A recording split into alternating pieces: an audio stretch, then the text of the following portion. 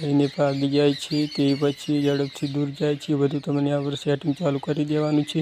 બીજું સેટિંગ એ ખાસ છે, તો એક સેટિંગ તમારે બહુ ઉપયોગી છે અને કંઈ બહાર જાઓ છો અને એવું ના થાય, તમારે કોઈ પણ એમરજન્સીમાં હેલ્પ જોતી હશે તો મળી રહેશે કે સેટિંગ કરવા માટે દોસ્તો તમારે આવી સેટિંગ કરીને આ પર તમારી પાસે સલામતી અને ઇમરજન્સીમાં આવી જવાનું છે। ઇમરજન્સીમાં પહેલો ઓપ્શન છે તાત્કાલિક સંપર્ક, યાની કે એમાં તમારે કોઈ પણ ઘરમાં ફેમિલી મેમ્બરનો નંબર યા કોઈ પણનો નંબર એડ કરી દેવાનો છે।